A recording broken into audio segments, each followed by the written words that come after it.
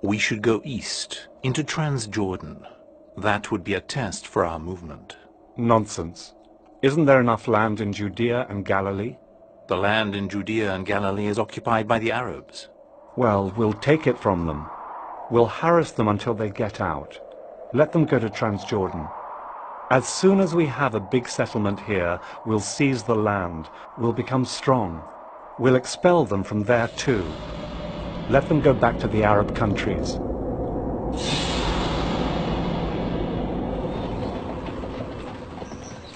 Here we have a community of indigenous inhabitants living on the land for centuries.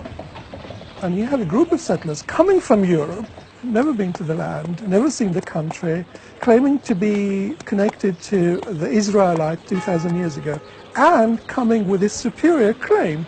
They think they can establish a Jewish state in a country which is inhabited by a majority of Palestinians. They looked at the indigenous inhabitants of the land as a kind of natives in a colonial way of view, European way of looking at the Palestinians. You can clear them, you can move them out. Zionism can only be understood within the age of empire and within the age of colonization, where you have European empires going out to Asia and colonizing the country. So you can only understand the idea of transfer within that kind of European colonial racist supremacists. They have supreme values and supreme civilizations, and Arabs can be shifted. قضيتنا كلها ابتدأت إنه هذول اليهود اللي كانوا مشتتين في العالم في أوروبا قعدوا يفكروا لخلق وطن وهوية لهم. اليهود أجوا على تركيا يطلبوا من السلطان عبد الحميد يطلبوا منه وطن في فلسطين، رفض طلبهم، فراحوا لمين؟ لبريطانيا. كان رئيس وزراء اسمه بلفور.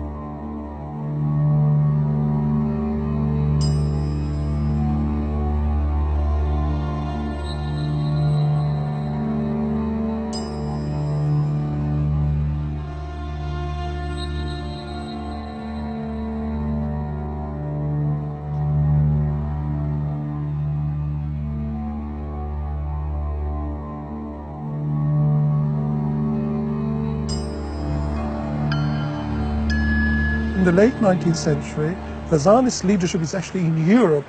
They're not in Palestine. You can see the center of Zionist lobbying actually is the capital cities of the West.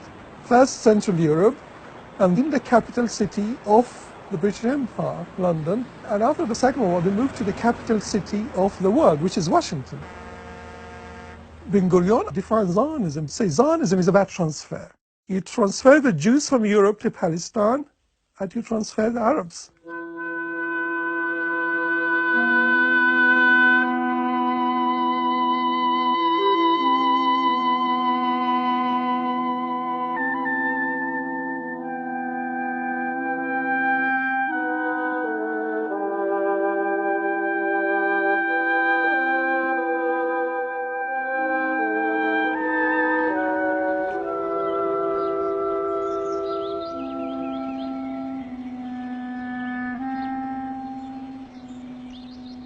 I lived most of my life in Galilee and Jerusalem.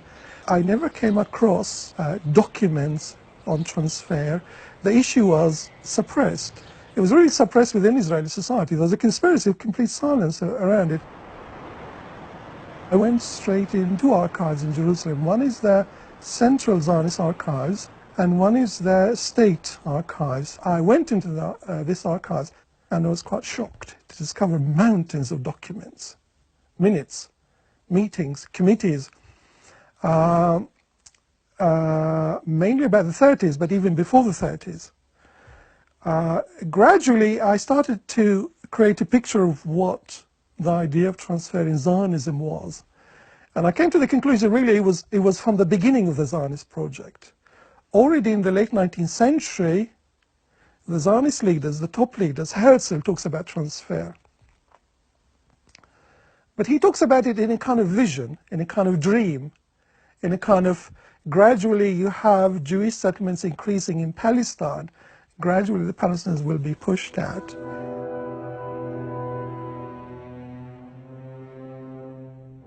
Excellence, je dois à la bienveillance de M. Zadok Khan le plaisir d'avoir lu la lettre que vous lui avez adressée. L'idée sioniste dont je suis l'humble serviteur n'a aucune tendance hostile au gouvernement ottoman, mais bien au contraire. En faisant immigrer une quantité de juifs apportant leur intelligence, leur esprit financier et leurs moyens d'entreprise au pays, il ne peut faire de doute que le bien-être du pays tout entier en serait l'heureuse conséquence. Vous dites à M. Zadok Khan que les Juifs feraient mieux de se tourner d'un autre côté. J'ai fait soumettre à Sa Majesté le Sultan des propositions générales. S'il n'acceptera pas, nous chercherons, et croyez-moi, nous trouverons ailleurs ce qu'il nous faut. The critical issue, one of the critical issues is the land. Okay, in order to have a Jewish state in Palestine, you take all these European Jews, middle-class Jews from the cities of Europe, and you want to put them on the land. You want to create Jewish settlements, Jewish kibbutzim, Jewish agricultural things. So the issue of the land is critical for them. The land is held by the villages. The villages are large. The land was cultivated. Le Réveil, Beyrouth, 1922. Monsieur Ward Price du Daily Mail écrit « La Palestine est un pays agricole et les Juifs ne sont pas des agriculteurs. Les immigrés juifs qui viennent de Pologne ou d'Allemagne où ils sont nés et où ils ont grandi dans les grandes villes ne peuvent pas devenir des agriculteurs. » First importance to the national welfare is the production of food.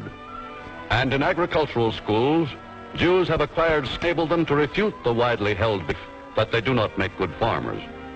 The colonists' aggressive attitude towards the native peasants stemmed from their anger towards those who reminded them that there is still another people in the land of Israel that have been living there and does not intend to leave.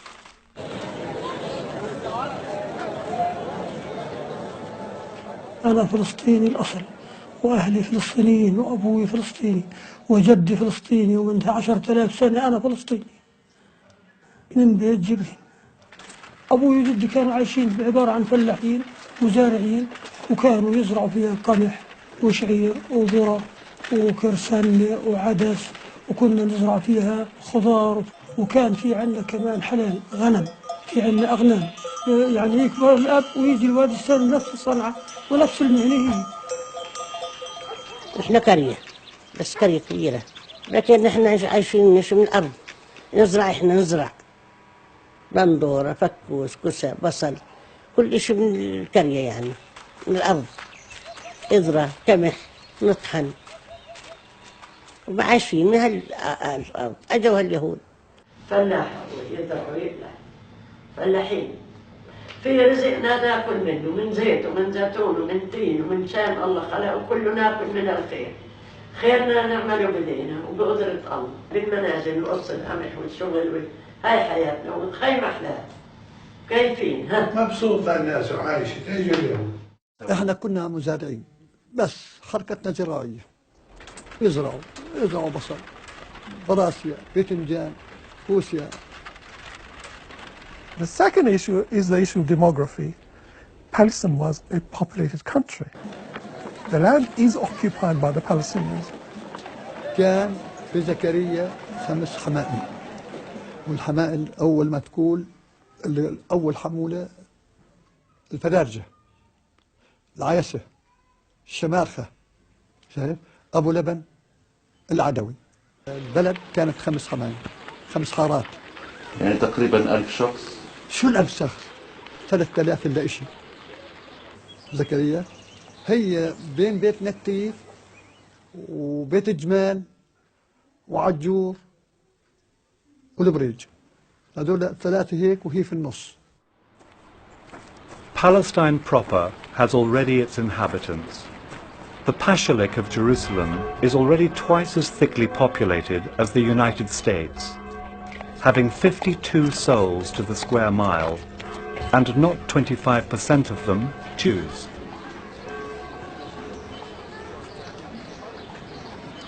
They see people there as a problem. Well, they had to talk about it. You can't talk about transfer unless there is someone to transfer. But they don't see people with the same rights, the same values, the same connection to the land. Of course, they saw the country inhabited, but they don't see the people are integral part of that country, have rights to it, have future in it. The Zionists didn't accept the idea that Palestinians are a people, nation. The present British Zionist scheme is as unworkable economically as it is politically. Every square inch of soil has to be purchased. I search history in vain for a colonization on such a basis. The basis of our whole existence is our right to build up our national home in Eretz Israel. This is a right which did not have to wait for the Balfour Declaration. It is the right which originated in the promise of God to Abraham. The Zionists were secular Jews. The Zionists who started Zionism were not religious Jews. Religious Zionism was a tiny group of people. They were actually, the Zionists who started the Zionist movement were atheists, many of them atheists. They were actually against the Jewish religion. Most rabbis in Europe, in Germany, at the end of the 19th century were against Zionism. Most rabbis were against Zionism. They saw Zionism was against the very idea of diaspora and Jews waiting for the Messiah. So the diaspora is something normal. The Zionists were secular, nationalist, if you like, European nationalist, Central European nationalist. A kind of tribal nationalism, blood and race and land all mixed together. And that kind of nationalism can only be exclusive, ethnic, if you like. Most Jews in Europe were non-Zionist. Most Jews in Palestine were European Jews. One of them was the Orthodox Jews, who were not Zionists, and the second one were the Jewish settlers from Eastern Europe. The Jewish settlers were really European settlers, were not Arab Jews. Arab Jews were not Zionists. Palestinian Jews, if you like, the Arab Jews, they tried to be part of the Arab community as a whole. في عندي أصحاب يهود وفي عندي صحبات يهود. في تعرفت على واحدة بنت اسمها شولامت. هذه اسمها يهودية هي البنت. Oui, on les appelait les juifs arabes. On les appelait comme ça, les juifs arabes. Oui, moi, à l'école, nous avions des amis juifs. C'est-à-dire, il n'y avait pas de différence à ce moment-là. On vivait comme si c'était la même famille. C'est-à-dire, il n'y avait pas de différence entre musulmans, chrétiens et juifs. Avant, il n'y avait pas de différence. C'est plus tard, quand ils ont accepté l'immigration et tout ça. Ce n'est pas les juifs qui vivaient en Palestine. C'était les juifs qui sont venus d'ailleurs. اليهود المتبلدين ما بدهم هالشيء كانوا، بس هذول المرتزقة اللي صاروا يجيبوهم من برا هن اللي صاروا يعملوا لنا وشات. يقولوا لهم يا جيراننا انتم مبيوعين، الله وكيل هيك اليهود، يهود يعني اولاد عرب هن، انتم مبيوعين بس انتم خليكم قاعدين سوا سوا بنضل احنا وياكم، لا ابنك بموت ولا ابني بموت. The Bible is used by the Zionist movement in order to justify another colonial enterprise. Throughout all the sorrowful centuries since the Hebrews were scattered over the face of the earth, their religious rituals have kept ever before them the memory of Palestine as the land promised them by Moses. Zionism had to sort of reinvent Judaism and had to reinvent roots. Zionism actually used the Bible effectively to try to create a whole mythology, some kind of blood connection between the ancient Israelites and the modern European Jews. Today, millions of them center their immemorial hopes for fulfillment of this promise on the new Palestine, with its shining city of Tel Aviv, built by Jews on desert and swampland. You need to create these myths to legitimize the colonization of Palestine, I think, and to give some sort of international legitimacy to the project. عصام جورج فرج من مواليد 1924 خلقان بالقدس القديمة بحارة النصارى. رحت على مدرسة سان جورجز كان في إسلامية ومسيحية. كنا عايشين بوئام، ما كان في تفرقة، ما كنت أعرف إنه مثلا جاري مسلم ولا مسيحي. ما كان في تفرقة، ما في تعصب، ما في شو دينك أنت شو ديني أنا، ما كنا نفكر هيك شيء أبدا. الإنجليز أو اليهود كانوا يخططوا، نحن كنا بسطاء بهالشغلة هذه، ما كناش بهالوارد، كان كل شيء يمرق تحت جرينا ما نحس فيه.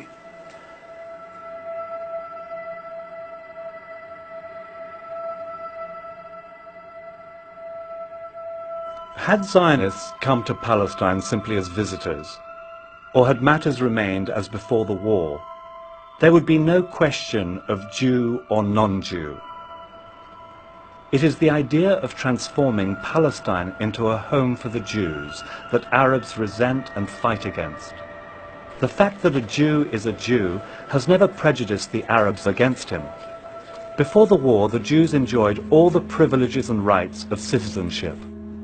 The question is not a religious one, for we see that Christians and Muslims alike, whose religions are not similar, unite in their hatred of Zionists.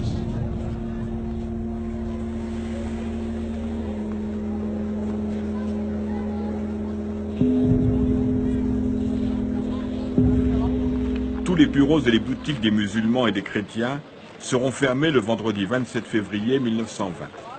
Les musulmans sortent de la mosquée après leur prière et se dirigent au siège du comité islamo-chrétien, où ils se joignent à leurs frères les chrétiens. Le cortège se dirigera vers le gouvernorat.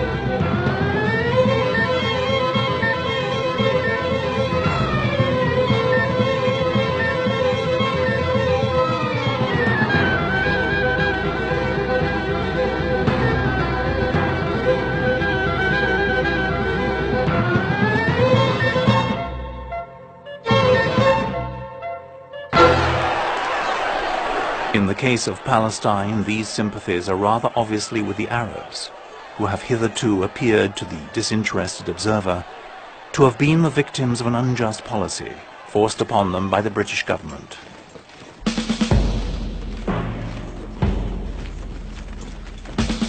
Ce qui frappe le plus chez cet homme dont le nom est peut-être destiné à rester éternellement associé à celui de la Palestine, c'est son peu de connaissance de ce pays. On a l'impression que ce n'est que longtemps après avoir signé la déclaration Balfour que le restaurateur de la nation juive s'est avisé d'ouvrir un atlas pour y chercher le National Home qu'il avait créé.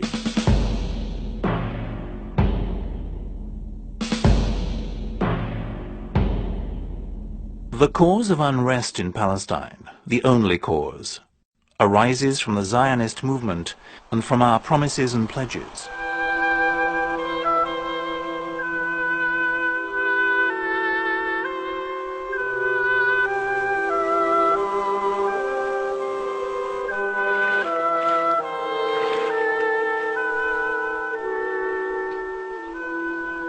In the middle of the 19th century, we have 5% Jews in Palestine.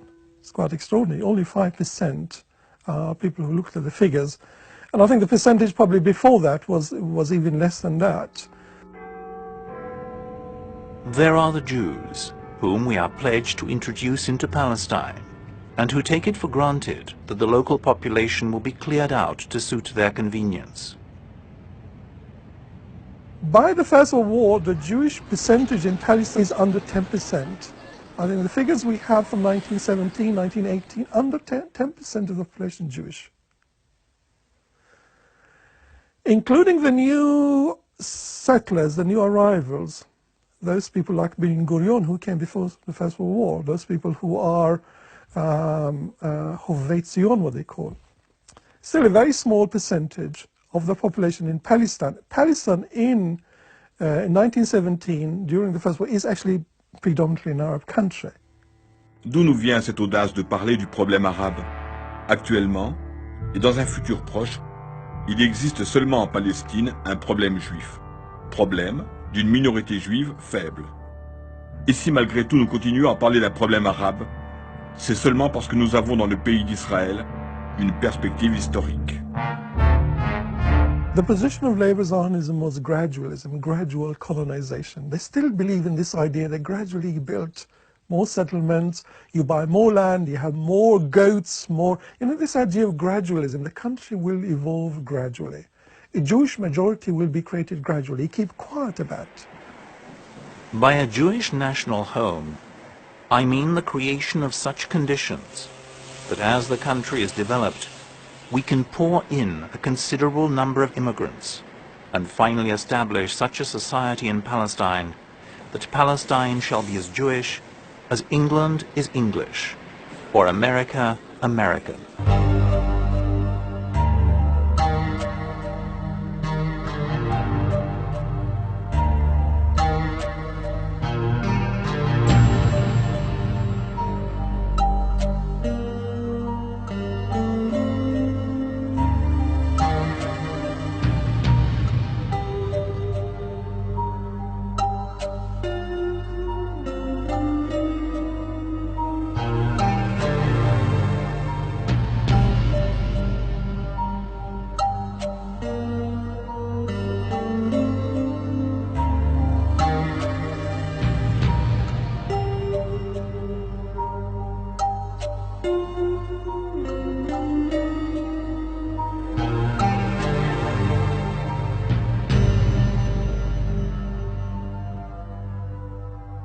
So the real change really is happening in the late 20s, early 30s. That's the demographic change. The main case of the Arabs is against the British government's policy in Palestine. A policy which, if continued, will surely have as a result the replacement of the Arabs by the Jews. Only under the colonial power you have a radical change in the evolution of that country. And the equation changes, the situation changes. The Palestinians suddenly are under threat, massive threat. Only then we have the uprising, really, the rebellion. أول شغلة اشتغلتها بالثورة. أبدا، لما صار عمري بال 16 17 سنة. طب ليه اخترت دغري تروح على الثورة؟ لأنه شفنا حالنا أن ضيقنا كثير اليهود، والحكومة صارت كثير تضايق علينا. فاحنا تمنينا انه نكون شهداء ولا نكون هيك يعني اللي بتحكمنا اليهود او بريطانيا. كنا نعمل استقامات بس تمر بوسطة لليهود شو اسمه او سيارة اي سيارة لليهود بنبلش فيها برصاص. هل يموت منهم يموت وهل السيارة اللي تتكسر وهذا. احنا كنا ضد اليهود ما كنا ضد الحكومة. لأن اليهود كل مكان تتزود صارت على زيادة. عشان اجت الثورة فرضوا على البلد تشتري بارود. صاروا يروحوا على سوريا على لبنان وين ما يكون في بارود يجيبوه يشتروا يحطوه هنا. فصارت المعارك عن صحيح، كل واحد كان معه بارود ما في غيره. لا حد يعطينا سلاح ولا حد يعطينا خرطوشي. وظلت تقاوم الناس للآخر. آخر اجتاحوا على البلد وأخذوها. كم بارودي كان في بالبلد؟ والله يا خال بدي أقول لك إحنا فرضوا علينا كم بارودي 12 كيلو. إحنا فرضوا علينا كم بارودي اشتريناهم دار يونس. وعلى العيد الثانية فرضوا كذا كذا اشتروهم. حطوهم كل واحد كل 3 4 يشتركوا على بارودي مش كل واحد بارودي دير بالك. كل واحد ما كان يشتري بارودي، كل 3 4 يتشاركوا على بارودي، كل 4 بيوت يتشاركوا على بارودي. كنا عاملين عملية بالليل وطالعين بالسهر أيلون، بس قديش كان بالشهر ما بتذكر. كنت أنا وجماعتي فتركتهم وطلعت من أرض نهر المقطع. تصادمت أنا والإضافية اليهود، هذول كانوا حراس على الذرة تبعاتهم على المزروعات. بلشنا نقوس على بعض. بالاخر طلعت من الاستقامة ان فايتين على الذرة اللي جوا. الذرة هناك عالية صفرة، بيزرعوا كثير ذرة صفرة اليهود. ورشوني بالشو اسمه، اجت رصاصة باجري هاي وبفخدي وارتميت بالارض. خذت على الارض انا بلشت عليه، ما بعرف هو شو مات منهم ما بعرف. اتصلوا بالحكومة، اجت الدبابة سلطت المدفع علي قام رفع ايده الضابط قال انا فريد ابو نسب. هذا كان عندنا ضابط بالشبريه. لما قال لي انا فريد ابو نسب ما تخاف، رمت البارود حد مني، لكن الدم صار هيك حد مني، لان لما راحت اجر كسرت شايفتين راحت، اجى فيها دمدم. رفعت عاد ايدها انا هيك للتسليم، وفزت الجنود، اخذ البارودة بعجل، بخاف يكون ابو نسب. نزل فريد ابو نسب لعندي قال لي انا فريد ابو نسب بتعرفني مش هيك؟ قلت له بعرفك. ما شفته طال من جيبته أنينة هيك صغيرة وقرب علي قال لي ما تخاف، حطها قال لي انشق انشق انشق بهالهواء. صرت اعمل هيك اشي بارد بارد مثل الثلج. صرت انشق انشق انشق، بعدين حسيت حالي انعست هيك، انعست ما عادش عرفت حالي وين صرت. ما فقت الا ثاني يوم فقت ولا هم قاطعين اجري شايلين اجري. هي يما عطيني البارود معلقه، ليش ببلادي بدي انزل على المشنقه. بعد المدة عملوا لي محاكمة، عملوا محاكمة حكموني اعدام. يا ويلي يا ويلي يا لما الحكيم اعطى على صر طبيب انه لا يتجاوز ال16، لا يتجاوز ال16، نزلوا من الاعدام للمؤبد. لامي ويصلها يخبر بالصحيح اللي جرى. اخذوني من المستشفى على السجن دغري، على سجن عكا. قعدت بالسجن 6 سنين وكل سنة 12 شهر. فلما اجت الحكومة عاد بدها تسلم فلسطين لليهود، اجوا لها السياسيين كلياتها طلعوها. انا من الجملة قالوا لي يلا.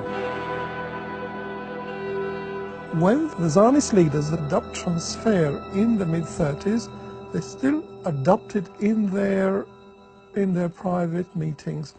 They don't come out saying we want to transfer them. They still talk about cooperation, progress, we're bringing modernity to the Arabs.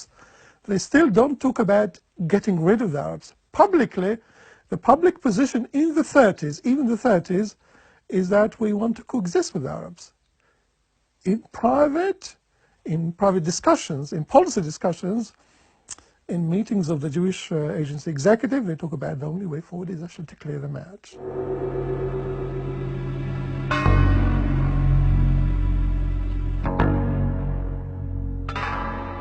In the 30s, they feel slightly more confident. There's more Jewish demography, more Jewish growth. The Jewish settlements is much bigger. You have more Jewish militias, more Jewish armies. I think transfer comes with that growth in confidence of the Zionist community in Palestine. It also happens with the Palestinian uprising, Palestinian rebellion. In 1936, you have the big strikes in Jaffa and the cities, and you have the rebellion in the countryside, which is even much earlier, 1935. When you have a Palestinian rebellion, the British send the commission, the Peel Commission there. The Zionists had to address that commission. The British are coming there, they've got a big headache on their hand, they've got uprising, a very bloody uprising, a very violent uprising, military uprising, and the British also are reacting very violently. They bring planes to bomb the cities, they bring planes to bomb the villages. The British have got a huge problem on their hand in Palestine. Palestine had to be calmed down for the British. The Zionists have the British coming with their investigation commission. Okay, so they have to come up with policies. So you have the Jewish leaders being interviewed by the Peel Commission, and they put forward the idea of transfer to the commission. In meetings with the commissions, Weizmann, Charette, the Jewish agency, they promote this idea of the way to deal with the uprising, the way to deal with the Palestinian, the way to deal with the land issue, the way to deal with complaints and the grievances and the resentment of the Arabs, actually to move them out.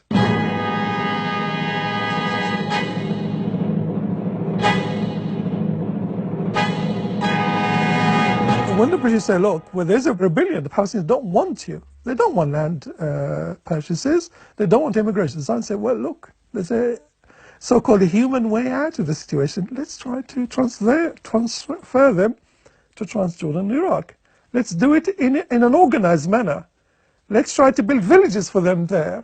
The Zionists, when they talk about transfer in the mid-30s, they talk about organized transfer, with them actually engineering it. It's kind of an engineering project.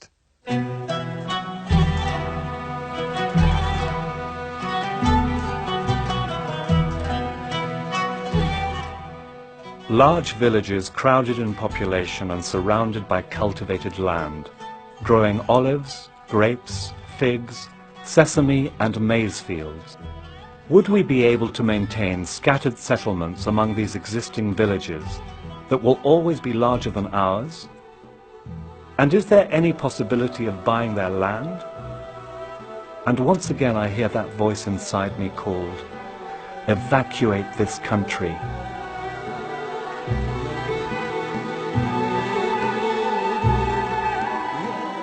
والله إني بحل الزعتر وبحل البلوط وبحل الخبيزة وبحل الخضرة اللي كنا ناكلها، بقى نطلع احنا أولاد صغار على المزارع ناكل فول، ناكل حلبة، ناكل جلسون، ناكل سيسعة، نلعب الولاد صغار يطاب ونروح نلقط بلوط، نلقط فقع، يعني كنا حياة طفولة حلوة كثير في بلدنا، وكانت بلدنا بلد يعني زراعية، بلد زراعية وبلد أغنام، بلد واسعة أراضيها واسعة كلها.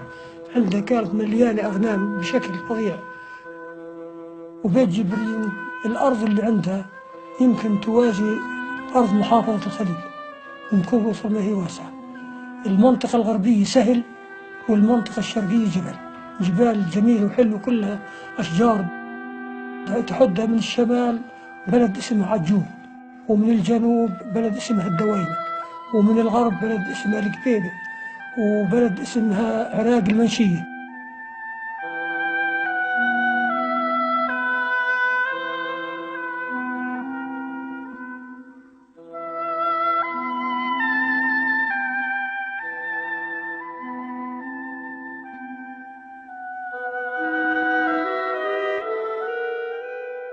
كبيرة بلدنا، هي في النص الجبل وقاطع وهان وقاطع هان، ثالث بلاد متقسم.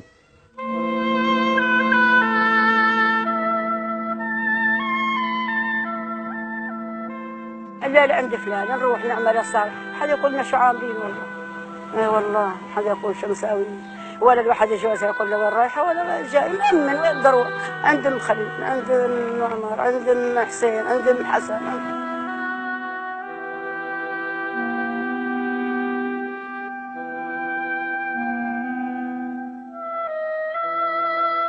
وصير العرس تنزل الصبايا والشباب على البيادر يعملوا حفل ويعملوا عرس وكيتي وسعادة ودافة، وهيك عايش الناس مبسوطين وعايشين وخير كثير وكل شيء كثير.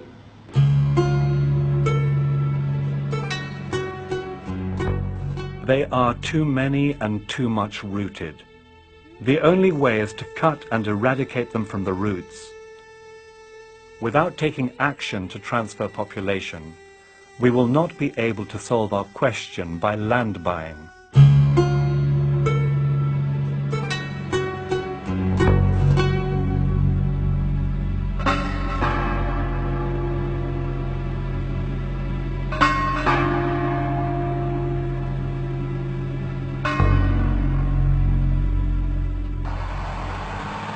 The Jewish Agency also compiled its own record of the villages.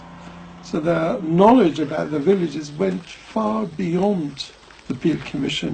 Come to 1948, they know quite a lot about social structures of villages, the ownership, the hamulas, the leaders, etc. By 1939, the British managed to crush the Palestinian rebellion. Crush really means crush, bombing villages, using aircraft. They arrest many people, they execute many people. The British react quite harshly to the Palestinian uprising. The Palestinian society was disarmed in the 30s by the British. الإنجليز قبلهم كان مجردنا، اللي عنده يلقوا فشكة يعني مؤبد، واللي عنده بارود وفشكة يعدموه إعدام، اللي عنده أكثر من خوصة للمطبخ يأخذوها منه ويغرموه. جردونا. أنا حضرت حكم الإنجليز. قعدت في الإنجليز حوالي يمكن 16-17 سنة.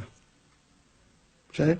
كانوا عاملين رقابة علينا الله أعلم فيها. كانت الحكومة الإنجليزية ما تسمحش للعرب الفلسطيني يحط في ايده سكينة ما كانش تسمح له، شبرية يحطها بجنبه ما كانش تسمح له، واليهود كانوا يتسلحوا.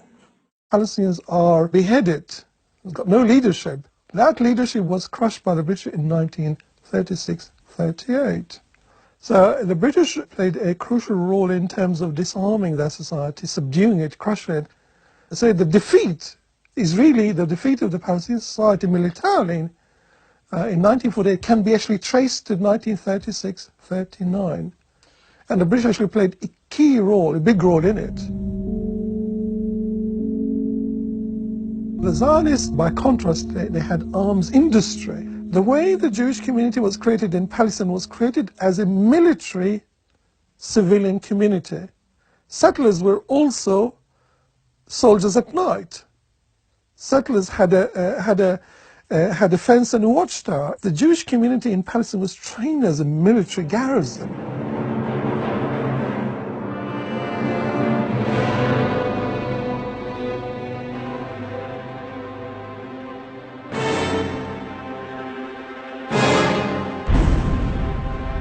They start in 1937, 38, 39, under Jabotinsky, they start actually planting bombs.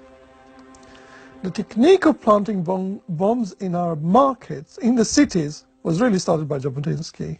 Eitzel is the Hebrew acronym for Ergun Tzvei Leumi.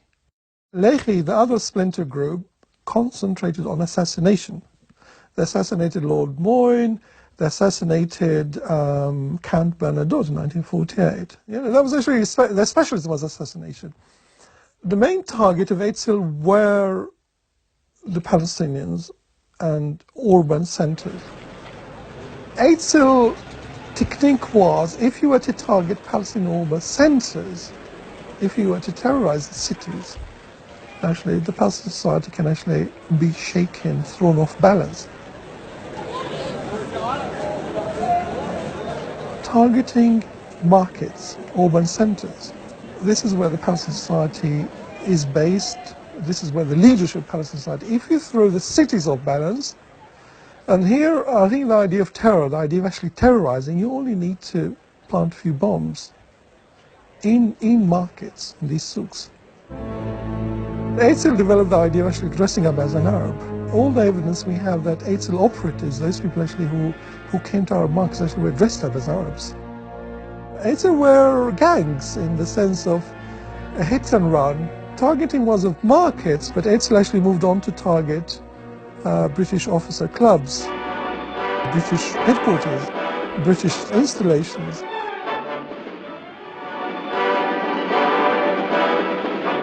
Le 21 juillet, le haut quartier général des troupes britanniques, l'hôtel King David, est détruit par un attentat.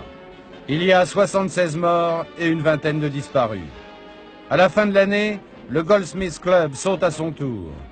Ces deux attentats sont signés de l'Irgun, mouvement terroriste clandestin dirigé par Menahem Begin.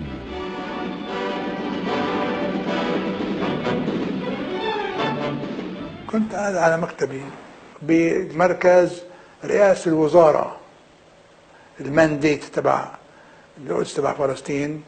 هناك كان مندوب السامي بالكينج ديفيد هوتيل. ما سمعت شيء لكن بوم، حسيت كومبليت داركنس، يعني الغبرة. وبعدين بعد ما راحت الغبرة شوية حطوا لنا سلالم، انجبرنا ننزل على السلم على البستان تبع الهوتيل. بعدين عرفنا انه هذا شغل الهجنال، جايبين براميل حليب للهوتيل كله كان فيهم متفجرات وحطوها بالمطبخ تحت وفجروا. بس on the spot انه افكر شو صار، مش معقول يعني، ما فكرت بشيء. فكرت انه انا الحمد لله نجيت من المشروع هذا. بس بعدين اكتشفنا الاصحاب والاصدقاء والمتعاونين معنا اللي كانوا بموظفين اللي توفوا وماتوا 80-90 واحد القتلى. صار نفس الشيء لهوتيل سمراميس. Mon père était gouverneur militaire à Jéricho. Il a été à Jérusalem gouverneur, il a été à Ramallah gouverneur, à Safad, à Bissam, et puis en dernier lieu à Naplouse, le district de la Samarie. Il venait après les Anglais. Il y avait un gouverneur anglais et mon père venait juste après. Samiramis, je me souviens de tout, c'était notre cas. C'était votre ça, sœur. Oui. C'était votre sœur qui était dedans. Et mes tantes. C'était le plus grand après le King David. De la même famille, c'était la première fois tant de morts de la même famille. C'est pour ça que ça a fait un grand bruit aussi. Lorenzo qui possédait l'hôtel Semiramis? Mais c'est mon oncle, Votre le frère de ma mère qui avait l'hôtel Semiramis. C'était le 4 janvier, à 1h du matin, en 48. Ils ont mis une petite bombe d'abord pour ouvrir la porte d'en bas, puis ils ont mis la grande bombe. C'était à 6h du matin. Ils ont téléphoné à Naplouse pour nous avertir que l'hôtel Semiramis avait sauté. Et ma mère a été pour répondre au téléphone. Et quand elle a été, ils n'ont pas voulu dire à ma mère. Ils lui ont dit, nous avons besoin du gouverneur pour l'affaire. Alors mon père a été, ils lui ont dit que l'hôtel Semiramis a sauté. Ma mère lui a dit, qu'est-ce qu'il y a? Il y a quelque chose, pourquoi on te voulait au téléphone? Il a dit que je te dise la vérité, l'hôtel Semiramis a sauté. Il a dit, ma fille. 2 heures après, ils ont téléphoné que ma soeur était vivante, mais qu'elle était blessée au pied. Nous avons tout de suite quitté Naplouse pour Jérusalem. 2 de mes tantes, je crois, étaient asphyxiées parce qu'ils avaient la figure bleue. Ils étaient asphyxiés. Sous les décombres, il n'y avait pas d'air. Pareil qu'on les a entendus dire au secours, sauvez-nous. Et puis elles sont mortes. Le consul d'Espagne, il y a un journaliste de la famille Taher qui est mort aussi dans cet hôtel. Et les Juifs contrôlaient tous les coups de fil. Et c'était un journaliste, c'était son travail de raconter tout ce qui se passait. 4 tantes, mon oncle, la femme de mon oncle, le mari de ma tante. Et mon cousin de 24 ans. C'est mon père seulement qui a été reconnaître les corps. On est resté 1 semaine jusqu'à qu'on ait pu découvrir les corps pour les enterrer. Chaque fois, on enlevait un peu des ruines et on trouvait un corps. Nous avions 18 membres de notre famille dans cet hôtel. New dispatches report on the intensified terrorist drive. Here is the scene at the Jerusalem railway station. A red-haired Jewish girl planted 2 suitcase bombs and drove off in a stolen car under coverage fire from her accomplices. Members of underground organizations blow up the Cairo-Haifa Express. During this and other searches, 25 high-ranking officials of the Irgun-Zwei Leumi and Stern gang were arrested. In the great synagogue at Tel Aviv, the stolen uniforms of many British regiments and bales of forged bearer bonds of the Palestine government have been discovered, in addition to a portable radio transmitter and quantities of illegal weapons and explosives. Supermodern Tel Aviv, Britain's hardest worked ambassadors and policemen, uncover yet another haul of illegal weapons. These were hidden in the Lillian Bloom School. Our troops, in sternly guarded surroundings, are looking for members of the notorious Irgun-Zwei Leumi and the Stern gang, suspected of blowing up the King David Hotel in Jerusalem.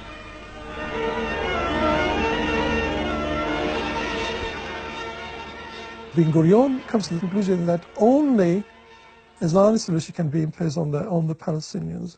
They're not going to negotiate to give up half of the country or to move voluntarily.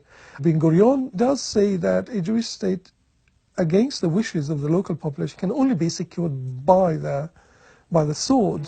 The real planning militarily, I think, actually happens after the Second World War, partly based on this idea they have force, enough force. They actually feel much more stronger to fight back, and they feel the Palestinians are much weaker, and the British are on their way ahead.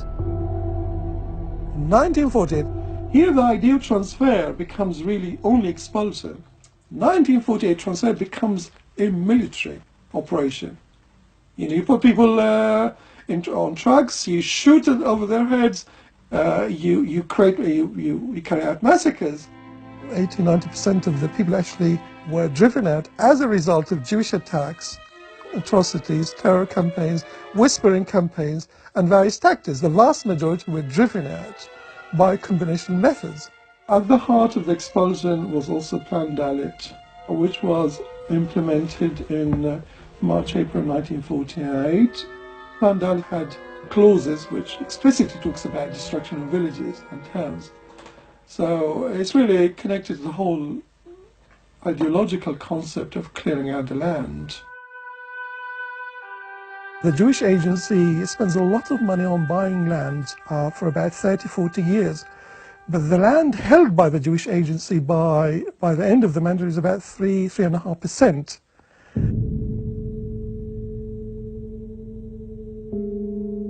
Gradually they realized that the country can only be occupied militarily. Ben Gurion thinks about war. Transfer can only be done in a situation of war.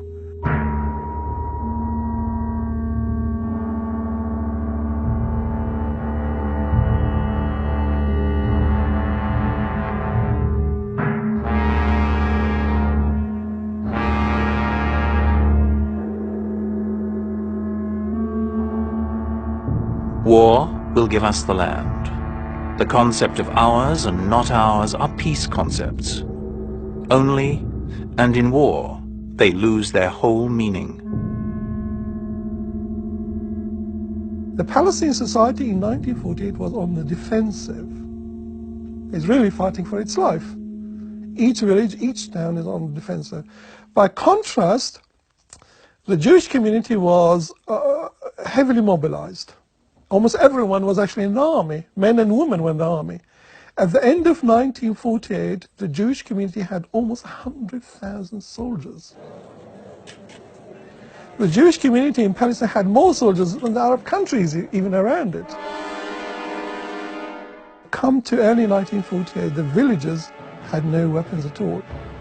Militarily, the balance was really completely against the Palestinians in 1948. Militarily, I think the Palestinian society was at the mercy of the Haganah. اليهود يقولوا عنهم هجانة، لأنهم شفقة ولا رحمة، بكوا يقتلوا.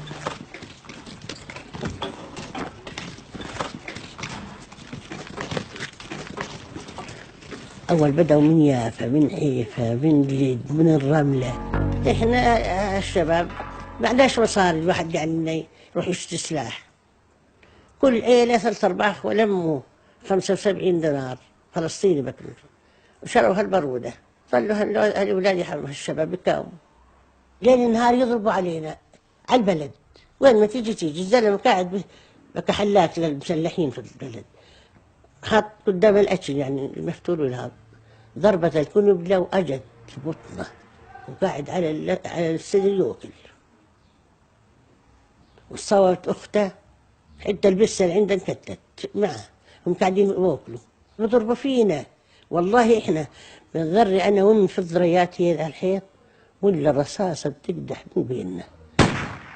ضربونا بالبارود وبالقنابل هذه المورتر. هذه شدت در عمي بتلقت في بندوره بدها تسوي لجوزها يعني خبطوها لما يعني ابعدوا عنا. لا ورانا مصطفى حمدان، عبد العزيز ابو مهنا، محمد عثمان، علي بن ابراهيم، علي هذا اسبوع بكوا هالولاد. علي ذكروه، رشاد، محمد خلاوي، يعني اللي شفناه حدا شافه. يقولون ليش طلعتوا؟ بدنا نموت، يا بنموت يا بنطلع. بكوا هقانا يقولوا لهم، لا يعرفوا ولا يصرفوا، هقانا يقولوا هيجونا الهقانا. لا عندهم رحمه ولا شفقه. صهاينه يا عمي، صهاينه. أول سقطوا بتجمال لأن ما ظلش قدامهم مثلا مقاومة، ظل فضاء ما فيش قدامهم. هذا ضربوا على بلدنا، ظل يضربوا على بلدنا، تطلع البلد، تطلعت البلد، ظل يضربوا تطلعت البلد. أول ما طلعت البلد طاحوا في البلد. أنا كنت في البلد، ظليت في البلد للصبح. الصبح وين أخذوا؟ يمكن 10-15 واحد أخذوهم وحشروهم في مغارة. أنا طحت في الأرض الواطي ونفيت في الواد واد نفدت أكثر من 2 كيلو وأنا ماشي، أنا وطلع 8 واحد يعني ونفدنا. إلا اليهود طفوا علينا، كباننا استعملوا معنا اليهود القوة، يضربونا بالنار، بالقنابل، بالبارود، بالمورتر، بالطيارة تيجي وتضرب في بيت جمال وتضرب في الأرض بينه وبين بيت جمال. يعني إرهاب. احنا إرهابيين، مش هم الإرهابيين، احنا إرهابيين. معنا طيارات ومعنا مدافع. الإنجليز جردتنا وإحنا الحمد لله رب العالمين كنا معولين، ما فيش شيء. وطبعا لما واحد يحمل عليك شبرية ويغشاك وأنت ما فيش معك ولا حاجة، يا بتسلم يا بتشرد. احنا شردنا. سنة 48 كان عند 80,000 جندي جاهزين للحرب، وإحنا كنا ضايعين. الشعب الفلسطيني ما كان عنده ولا شيء. استلموا بلدنا، في معهم طائرة، في عندهم طائرة. قعدوا 20 يوم وكل ليلة يرموا على بلدنا صاروخين بالطائرة. تبقى حامل صاروخين تضرب بين أطراف البلد تضرب أطراف البلد، مش في البلد جوا. الصحيح مشان إيش؟ مشان تهجير لمدة 20 يوم. تمنهم تقريبا شعروا إنه البلد ما ظلش فيها حدا. شردوا الناس طبعا لما بيشوفوا طائرة ترمي صاروخ، ولا كذا ما وصلنيش اليوم بصلني بكرة. فشردوا من البلد وطلعوا أطراف البلد، يعني أبعدوا عن البلد كيلو 2 كيلو، في هناك مغاير، في هناك شيء يتصبوا فيها، وفي النهار يجوا وفي المغربيات يشردوا منها. بعد تقريبا شهر هم الطائرة تسوي هيك، أجونا يوم من الأيام تقريبا الساعة 4 والله يمكن زي الوقت هذا. طيب النهار العصرية هيك الساعة 4 قوات يعني شيء كبير حوالي 100 أو 200 جندي حاطوا البلد من المناطق اللي بيجوا منها، ودخلوا البلد ولقوا شيء لا مقاومة ولا شيء، استلموا البلد وبلشوا تهجير القرى قرية. شايف كيف؟ ويرشوا القرية بسلاح وقوة يعني فظيعة، والفلسطيني ما في شيء. الناس صارت ترحل وتشرك، واحنا صرنا نمشي مع الناس. سنة 48 بشهر 4 سقطت صفر كلنا. اجى الزيتون صار يفرطوا زيتون. بالزيتون اجوا اليهود هاجموا البلد والقرية كلها، المنطقة كلها هاجموا مش بس بلدنا. هذا صفد كله كان اللي بعد. هاجموه، هاي أول مصاري. أول اليهود ما فاتت عليه. هاجموه وعلت المعركة يا أخوي، كنا يومين بزيادة، يوم والله، يوم ليلة واحدة. فاتوا على اليهود على البلد ودمروا الأخضر باليابس. إيه سؤال. لما فاتوا على البلد كانوا أهل البلد بعدهم موجودين ولا في ناس طلعت؟ نعم بالبلد. طيب شو عملوا للناس الموجودين بالبلد؟ شو عملوا للناس؟ كيف يعني شو عملوا للناس؟ بتقول فاتوا على البلد. فاتوا على البلد اليهود. احتلوها يعني. وقت احتلوها فاتوا عليها اليهود، صاروا يضربوا الشباب اللي بدهم يحطوها قدامهم ويرشوها. هذا اللي صار. أنا منهم يعني، مش بكذب، أنا منهم.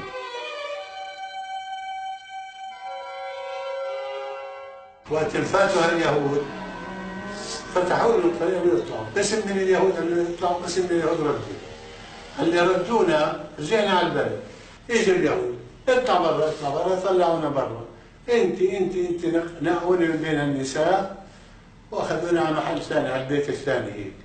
اخذونا هناك تحت توتي، في توتي هناك وباب البيت. تعالوا فتشوا هناك ياف للاخر. شي 22 شاب. وقفونا باب الباب وهن وقفوا ورانا هيك. في ابن اختي رد علينا قال له بشان الله. قال له دير وجهك يا خمريم يا كلاب يا كذا كذا. صار يصير هوسونا ورشونا بالرشه. رشونا يا خالي هيك. وقت رشونا البث هالشباب كلياتها. انا وقعت ما صار لي غير رصاصتين هذول. وقت اللي وقعت حركت يجي وانا رميت هيك بين القتلة. قال له ايش له تنلو في عنده روح يعني اعطيه. ظليت مثلي تحت القتلة من الصبح غابت الشمس على ما هو الله وكيل. وقت غابت الشمس قلت يا ناس بدي ابات تحت القتلة انا هون. فتت على البيت لجوا. ايوه فتت على البيت دورت على مي تشرب ما لقيتش. طلعت على المصطبة ما بتعرف كيف كان يعمل مصطبة. طلعت لفوق دور في زيتون في تين يابس. سحبت الحاف من الفراش ورحت لجوا حطيته علي ونمت. عيني يا عيني يا عيني يا عيني يا عيني يا عيني قال زريف الطول أبو منديل عقدي وصبروا على الجفا هو الضيم عقبي قال والله أماني لا تجروا ميل عقبي ولا تحضروا فرح وإحنا غياب. أهل فلسطين بقولوا هيك حرام الشيء.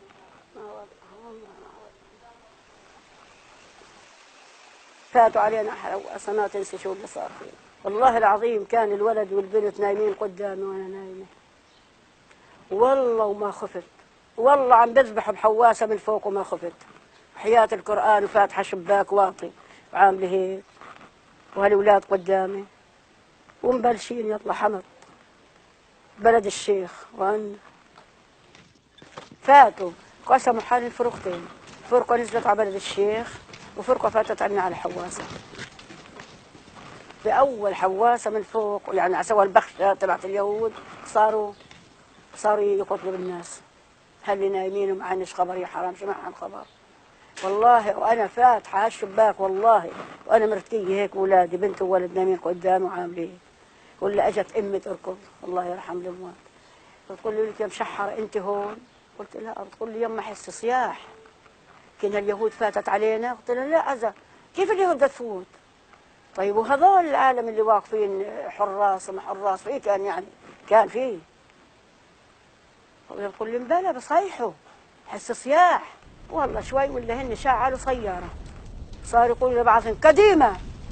ايه والكفير بيقولوا قديمة يهود ولا اولاد عرب الاولاد العرب بيقولوا قديمة يهود.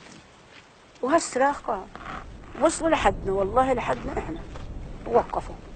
طلع النار ما حدا استرجع يطلع شوي. طلع حماد وعلى وبشير اطلع ولا لاقوا يا حرام. هاي واحد بيقولها من المجدرة هاي حرام الشوم حبلة والله باعجين هالبنت طالعة منها.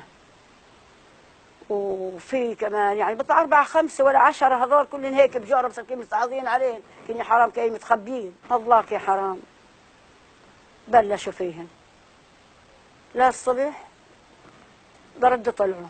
والله وحدي الله وكيل انه بتصوينتنا كيف إلنا تصويني احنا هيك يعني مساوي هي وبنتها بقلب التصوين عندنا ميتة واحنا مش شايفينها عندنا بحكرتنا احنا هي وبنتها. طلعت هالعالم يتفرجوا من حيثها قالوا راحت حواسة ما ولش حدا فيها. الله لقونا بهالشوارع نسوان اولاد صاروا يحتلوا بهالبلاد بلد ورا بلد بلد ورا بلد.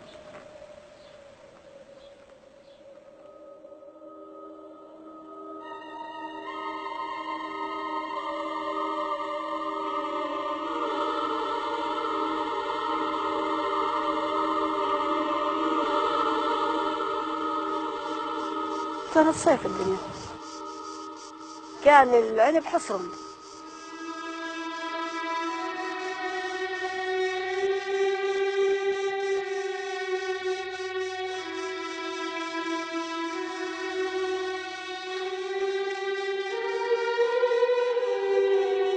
المناضلة تبعتنا وهالركض اللي كنا نركض أخيرا أن اليهود تأخذ البلاد ونصفي إحنا لاجئين.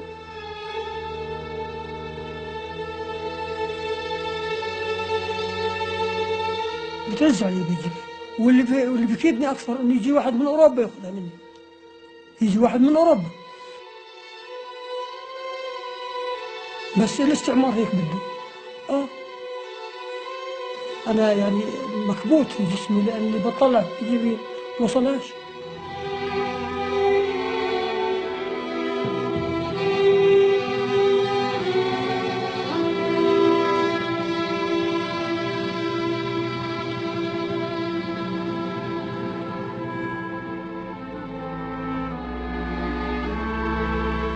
آخر شيء وقت ما ذكرت لي عن القدس بحب أرجع على القدس. هذه أثرت فيه ذكريات.